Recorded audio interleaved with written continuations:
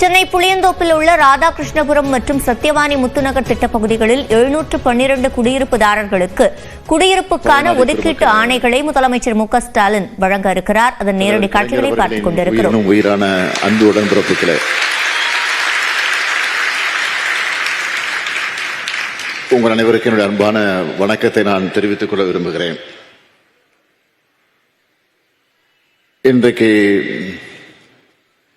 வடசென்னை பகுதியில் இந்த சிறப்பான நிகழ்ச்சி நடைபெற்றுக் கொண்டிருக்கிறது. கடந்த காலங்களில் வடசென்னை எந்த அளவிற்கு ஒதுக்கி வைக்கப்பட்டிருந்ததோ அதையெல்லாம் மாற்றி நாம் இன்றைக்கு வடசென்னையை வளர்ச்சி சென்னையாக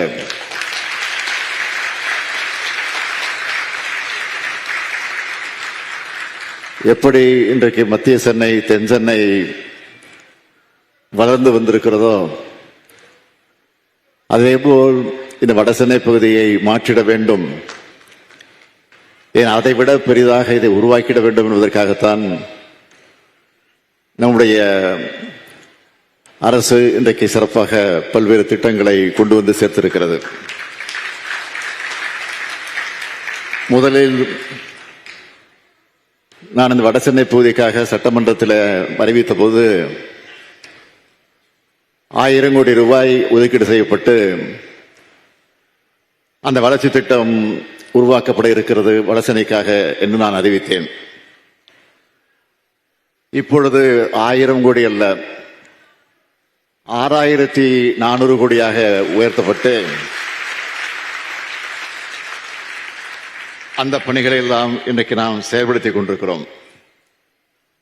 அதேபோல நகர்ப்புற வாழ்விட மேலாண்மை வாரியத்தின் சார்பில் 5059 கோடி ரூபாய் மதிப்பீட்டில் 29 மாவட்டங்களில் 44,609 வீடுகள் கட்டி கொடுக்கப்பட்டிருக்கிறது. அந்த அடிப்படையில் தான் இன்றைக்கு வடசென்னை பகுதியில் இருக்கக்கூடிய ஏழை எளிய மக்கள் அடுக்குமாடி குடியிருப்பிலே குடியேற்ற வேண்டும். இங்கே வரவேற்புரையாற்றிய நம்முடைய அன்பரசன் அவர்கள் பேசுகிற போது குறிப்பிட்டு சொன்னார்,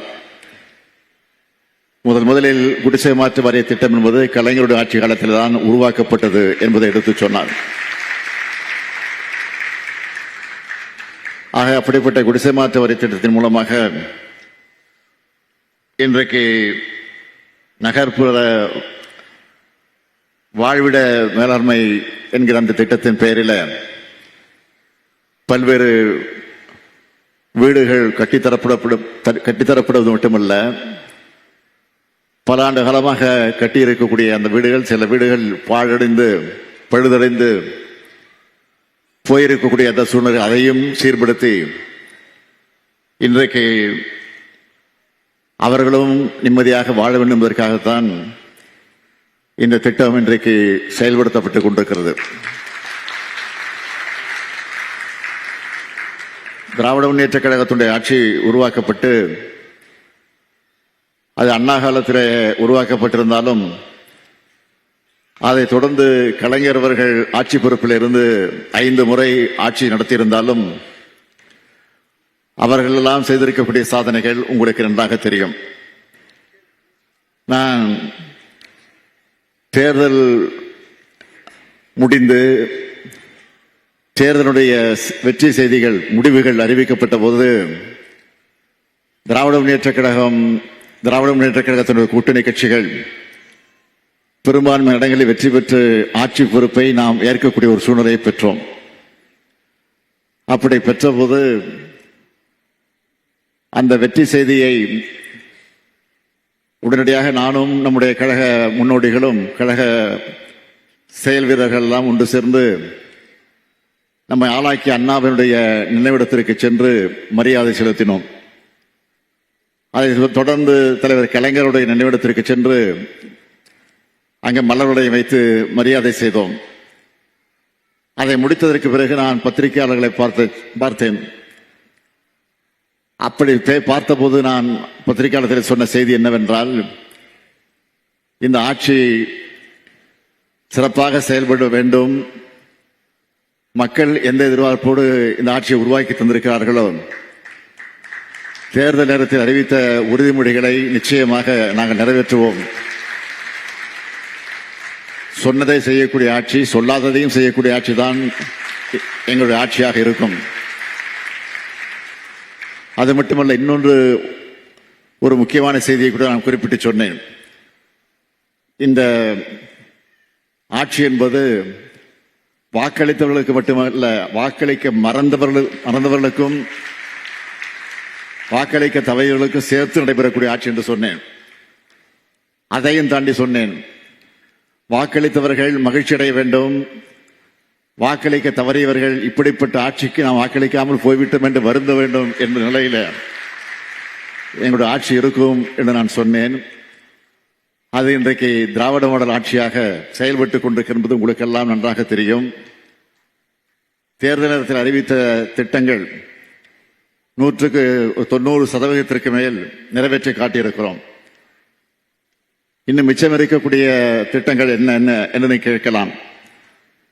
இதில் நிறைவேற்றப்பட்ட திட்டங்கள், அறிவித்த திட்டங்கள் பல, அறிவிக்காத தேர்தல் நேரத்தில் சொல்லாத திட்டங்களும் நிறைவேற்றப்பட்டிருக்கிறது. அதை நீங்கள் மறந்துவிடக்கூடாது. அது என்னென்னு என்று கேட்டால், உதாரணத்துக்கு ஒன்று நான் சொல்லுகிறேன். புதுமை பெண் என்கிற திட்டம் தேர்தல் வாக்குறுதியில வழங்கப்படவில்லை. புதுமை பெண் என்று சொன்னால் உங்களுக்கு தெரியும், பள்ளியிலே படித்து முடித்துவிட்டு கல்லூரிக்கு செல்லக்கூடிய ஏழை எளிய குடும்பத்தில் பிறந்திருக்கக்கூடியவர்கள், அரசு பள்ளியிலே படித்துவிட்டு கல்லூரிக்கு செல்லக்கூடிய அந்த பெண், அந்த மாணவிகள், அவர்கள் வசதி இல்லாத காரணத்தால் கல்லூரிக்கு செல்ல முடியாத ஒரு சூழ்நிலை ஏற்பட்டு விடுகிறது. ஆகவே அதை உணர்ந்த காரணத்தால் தான் நாம் ஒரு திட்டத்தை அறிமுகப்படுத்தினோம். ஆக பள்ளியிலே படித்து முடித்திருப்பது கல்லூரிக்கு செல்கிற போது மாதம் 1000 ரூபாய் அந்த மாணவிக்கு வழங்கப்படும் என்று அறிவித்து இன்றைக்கு அது வழங்கப்பட்டுக் கொண்டிருக்கிறது. அதனால்தான் இன்றைக்கு இந்த மாணவிகளை தான் என்னை பார்த்து அப்பா அப்பா அப்பா என்று அழைக்கக்கூடிய ஒரு உணர்ச்சிகரமான அது நெகிழ்ச்சியான செய்தியை நீங்களும் பார்த்திருப்பீர்கள். ஆக அந்த அளவிற்கு இந்த ஆட்சி மீது மக்களுக்கு ஒரு நம்பிக்கை ஏற்பட்டிருக்கிறது. அது மட்டுமல்ல, மாணவிகளுக்கு மட்டும்தான் நாம், எங்களை போன்ற மாணவர்களுக்கு இல்லையா என்று மாணவர்கள் கேட்டார்கள். உங்களுக்கும் உண்டு என்று சொல்லி தமிழ் புதல்வன் என்ற திட்டத்தை உருவாக்கி மாணவர்களுக்கு அந்த தொகை மாதம் 1000 ரூபாய் வழங்கப்பட்டுக் கொண்டிருக்கிறது. இன்னும் சொல்ல வேண்டும் என்று சொன்னால், நம்முடைய வீட்டில் இருக்கக்கூடிய குழந்தைகள் பள்ளிக்கு செல்லுகிற போது அந்த பள்ளியில காலை 8 மணிக்கு பள்ளிக்கு போக வேண்டும் என்று சொன்னால், அந்த வீட்டில் இருக்கக்கூடிய பெற்றோர்கள் அவர்களும் கூலி வேலைக்கோ சித்தால் வேலைக்கோ எந்த வேலைக்கோ செல்லக்கூடிய ஒரு சூழ்நிலை.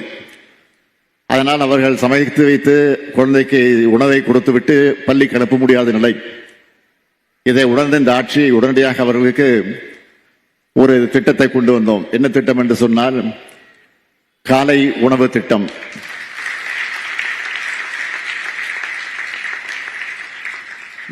இந்த மதிய உணவு திட்டம் என்ற பெயரில் நீதி கட்சி ஆட்சி பொறுப்பில் இருந்த போது தியாகராயர் அவர்களால் கொண்டு வரப்பட்ட திட்டம்.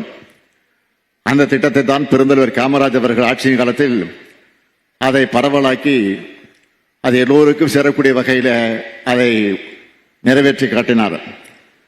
அதற்கு பிறகு எம்ஜிஆர் அவர்கள் சத்துணவாக வழங்க வேண்டும் என்று சொல்லி சத்துணவு திட்டம் என்ற பெயரில் எம்ஜிஆர் அவர்கள் அதை தொடர்ந்து நிறைவேற்றினார். அதற்கு பிறகு தலைவர் கலைஞர் அவர்கள் ஆட்சிக்கு வந்ததற்கு பிறகு அது உண்மையான சத்துணவாக இருக்க வேண்டும் என்று சொல்லி முட்டையோடு கலந்த சத்துணவை வாரத்திற்கு 5 நாட்கள் முட்டையோடு கலந்த சத்துணவை வழங்க வேண்டும் என்று சொல்லி அந்த திட்டத்தை நிறைவேற்றி தந்தார். அதற்கு பிறகு இப்போது திராவிட மாடல் ஆட்சியில் அதையும் தாண்டி நம்முடைய வீட்டு குழந்தைகள் பள்ளிக்கு செல்லுகிற போது நாம் எதையும் உணவை கொடுக்காமல் அனுப்பி வைத்து விடுகிறோம் என்ற ஏக்கத்தில் இருந்தவர்கள் மகிழ்ச்சி அடையக்கூடிய வகையில் அவர்கள் பள்ளிக்கு வந்தவுடன் அவர்களுக்கு காலை உணவு திட்டம் என்ற பெயரில் இன்றைக்கு அதை வழங்கி கொண்டிருக்கிறோம். இதையெல்லாம் நான் எடுத்து சொல்வதற்கு காரணம், இதெல்லாம் தேர்தல் வாக்குறுதியில் இல்லை, இல்லாத வாக்குறுதிகளை நிறைவேற்றி காட்டியிருக்கக்கூடிய ஆட்சி. ஆக அப்படிப்பட்ட ஆட்சி இன்றைக்கு தமிழ்நாட்டில் நடந்து கொண்டிருக்கிறது. ஆகவே அந்த ஆட்சியின் சார்பில் தான் இன்றைக்கு இந்த பகுதியில் இருக்கக்கூடிய மக்களுக்கு அந்த வீடுகளை உருவாக்கி தந்து அதற்கு தேவையான சலுகைகளை, நீங்கள் எந்த அளவிற்கு சலுகைகள் எதிர்பார்த்தீர்களோ அதை விட அதிகமான சலுகைகளை இந்த அரசு உங்களுக்கு வழங்கி இந்த திட்டத்தை நிறைவேற்றிக் கொண்டிருக்கிறோம். இதை நீங்கள் நல்ல வகையில் பயன்படுத்திக் கொள்ள வேண்டும் என்று உங்களை எல்லாம் கேட்டுக்கொண்டு, அப்படிப்பட்ட ஒரு சிறப்பான ஆட்சியை இன்றைக்கு உங்களுக்காக வழங்கி கொண்டிருக்கக்கூடிய ஆட்சிக்கு நீங்கள் என்றைக்கும் உறுதுணையாக இருக்க வேண்டும் என்று சொல்லி உங்களுடைய மகிழ்ச்சி கலந்த மலர்ந்து இருக்கக்கூடிய உங்கள் முகங்களை எல்லாம் பார்க்கிற போது இந்த ஆட்சியின் மீது எப்படிப்பட்ட நம்பிக்கை உங்களுக்கு இருக்கிறது என்பதற்கு எடுத்துக்காட்டாக இது விளங்கிக் கொண்டிருக்கிறது மாத்திரம் எடுத்து சொல்லி இந்த இணைய வாய்ப்பை தந்த அத்தனை பேருக்கும் என்னுடைய இதயமாக நன்றியை தெரிவித்து, அதே நேரத்தில் இதற்கான முழு முயற்சியில் ஈடுபட்டு அதில் வெற்றி கண்டிருக்கக்கூடிய என்னுடைய சேகர் பாபுவுக்கும் என்னுடைய நன்றியை தெரிவித்து, அதற்கு துணை இருந்த இந்த துறையினுடைய அமைச்சராக இருக்கக்கூடிய அன்பரசு அவர்களுக்கு என்னுடைய நன்றியை தெரிவித்து, எல்லாவற்றுக்கும் துணையாக இருக்கக்கூடிய அரசு அதிகாரிகளுக்கும் அரசு செயலர்களுக்கும் என்ற நன்றியை தெரிவித்து விடைபெறுகிறேன். நன்றி, வணக்கம்.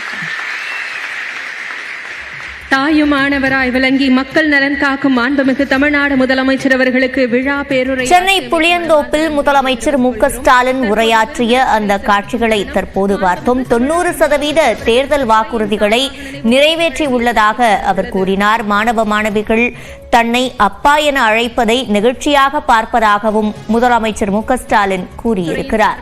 மாண்புமிகு தமிழ்நாடு முதலமைச்சர் அவர்களுக்கு நினைவு பரிசு வழங்கி சிறப்பிக்கப்படுகிறது. தமிழ்நாடு நகர்ப்புற வாழ்விட 90% தேர்தல் வாக்குறுதிகளை நிறைவேற்றி உள்ளதாக முதலமைச்சர் மு.க.ஸ்டாலின் பேசிய அந்த காட்சிகளை தற்போது பார்த்தோம். மேலும் வாக்குறுதியில் இல்லாத புதிய திட்டங்களையும் அறிமுகப்படுத்தியுள்ளதாக அவர் கூறியிருக்கிறார்.